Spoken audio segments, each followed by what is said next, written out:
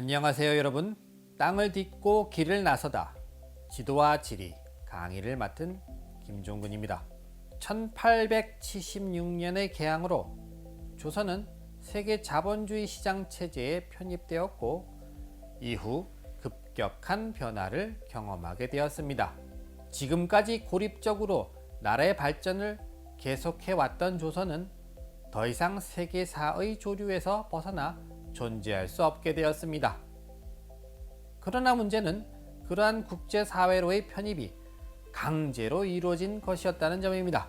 또 조선에 부여된 국제사회에서의 지위도 예속적, 종속적이었다는 것입니다.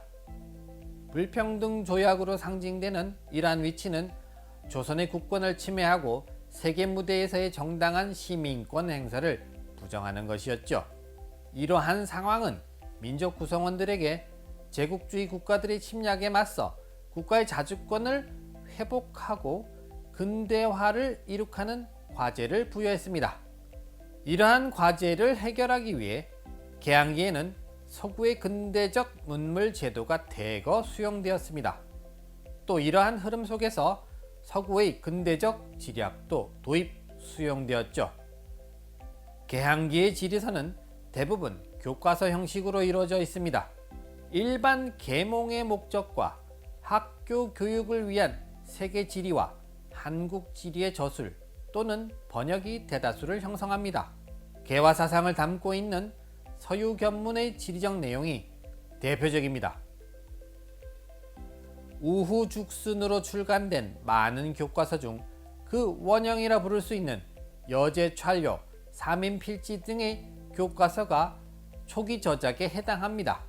육일준의 서유견문은 기행문의 성격을 띠면서도 서양 문물을 소개한 개화 교본이라 할 수 있습니다. 육일준은 1883년 고종 20년에 사절단으로 미국을 방문해 모스 박사의 주선으로 매사추세츠주의 더머 학원에서 공부했습니다. 1885년 미국을 출발해 유럽 각국을 거쳐 귀국했습니다. 서유견문은 이때 듣고 본 것을 기록한 것으로 1895년 일본 도쿄에서 출판되었습니다.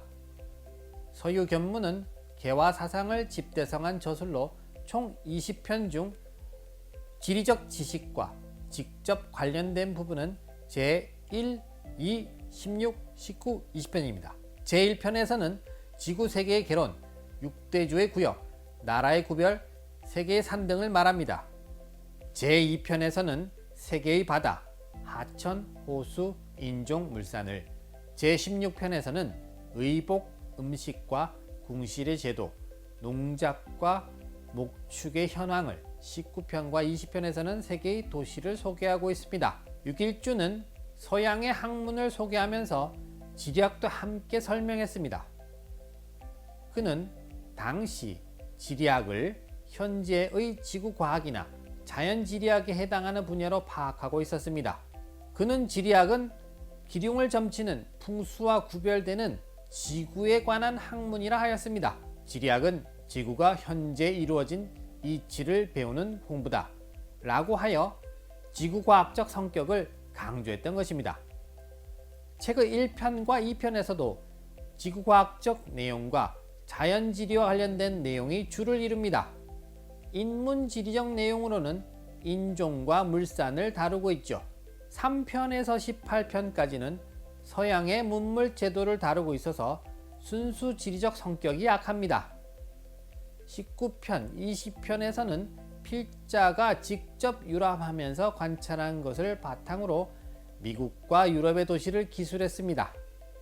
도시에 대한 계략과 직접 살펴본 도시 경관을 자세히 묘사하고 이를 바탕으로 도시의 특성을 제시했습니다.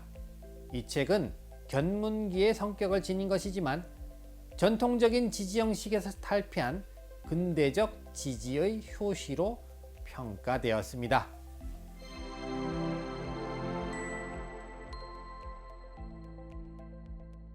여제찰요는 1894년 고종 31년에 오획묵이 지은 지리지로 세계지리와 한국지리가 결합된 지리지에 해당합니다. 여제 차료는 1894년 10권 10책의 필사본으로 편찬되었고 이어 5책, 2책 등으로 축약본이 저술되었습니다. 그러다가 1896년 학부에서 1권으로 축약하여 목판본으로 간행했습니다. 10권으로 구성된 필사본 가운데 제1권은 세계지리와 관련된 내용이고 제2권에서 10권까지는 한국지리와 관련된 것으로 8도의 군연업지를 수록하였습니다. 오횡묵은 서문에서 환일도나 지구도 같은 것은 새롭게 듣거나 처음 보는 것들로서 놀랄만하나 필요한 것이고 또한 지구상의 사물로서 각국의 정표를 아우르지 않으면 안 되어 별도로 설명을 붙여 한 권으로 만들었다고 밝혔습니다. 여제 차료가 동구여지 승남과 같은 전통적인 지리지의 전통을 따르면서도 당시의 세계사적인 흐름을 파악하고자 했던 시대적 분위기를 반영하고 있습니다.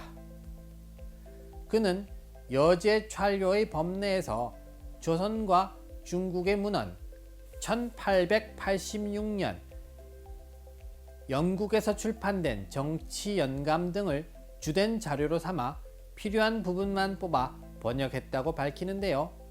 그러나 오횡묵이 직접 정치연감을 참고한 것은 아닌 것 같습니다. 그보다는 1886년에 정치연감을 김윤식, 정헌씨 등의 주선으로 방문국에서 번역 편집하여 간행된 4책의 만국정표가 있었는데요. 아마도 그 책을 참고했던 것으로 보입니다. 이에 따라 저술의 분량도 유럽 지역의 비중이 큽니다. 세계지리지에 해당하는 제1권은 3장으로 구성되어 있습니다.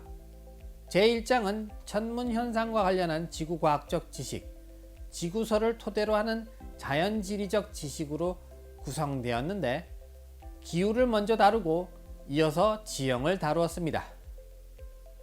주제와 관련된 다양한 그림과 지도를 활용하고 있는 점이 특징적입니다. 제2장은 각국의 인문지리적 내용으로 구성되어 있습니다. 구체적으로 각국의 정치, 법, 외교 등을 기본으로 하여 입법, 사법, 행정의 3권 분립, 각국의 정부 형태 및 입법, 사법, 행정부의 역할, 종교, 지방행정, 조세, 군사제도, 교육, 통화제도, 통상과 무역 등을 서술했습니다. 그러면서 이해를 돕기 위해 동서양을 비교하거나 주요 나라를 사례로 들어 논하고 있죠. 제3장은 세계지리의 강론에 해당합니다. 6대주에 속하는 나라들로 내용이 구성되어 있죠. 아시아 5개국, 유럽 19개국, 아프리카 7개국, 북아메리카 9개국, 남아메리카 10개국, 오세아니아 1개국 등 총 51개 국가의 지지가 쓰여 있습니다. 먼저 각 국가별로 명칭, 위치 등을 추려서 설명했습니다. 이후 왕실, 역사, 정치, 종교, 교육, 재정, 화폐, 군제, 면적, 인구, 통상, 공업 등 항목별로 상세한 정보를 담고 있습니다. 국가별 기술에서는 국명 밑에 나라의 위치와 속지, 인종, 언어 등을 먼저 제시하고 각 항목별로 기술하는 백과사전식 형식을 취하고 있죠. 수록된 항목은 역사, 정치와 종교, 경제, 군사, 통상과 산업 등과 같이 인문지리적 내용이 주를 이루고 자연지리적 내용은 거의 수록되지 않았습니다. 이는 여제 차료가 영국의 정치 영감을 번역한 만국정표를 기본 자료로 활용했기 때문입니다. 정치 영감은 종합적 성격의 지리지라기보다는 세계 각국의 정치, 경제의 개설서 성격을 지녔습니다. 전체적으로 볼 때 여제 차료는 전통적인 지리지의 형식에서 탈피하지는 못했습니다. 여전히 백과사전식 항목 나열의 형식을 지니고 있고 한국지리 부분은 이전 시기의 읍지 전통을 고수하고 있죠. 그러나 세계지리 부분을 첫 부분에 추가함으로써 시대적 변화를 반영하려는 의지를 엿볼 수 있습니다. 실사구시와 이용후생을 강조하며 자연에 대한 과학적인 접근 방법과 세계 각국에 대해 정확한 정보를 제시함으로써 급변하는 세계를 온전하게 인식하려 했던 대표적인 사례로 평가할 수 있습니다.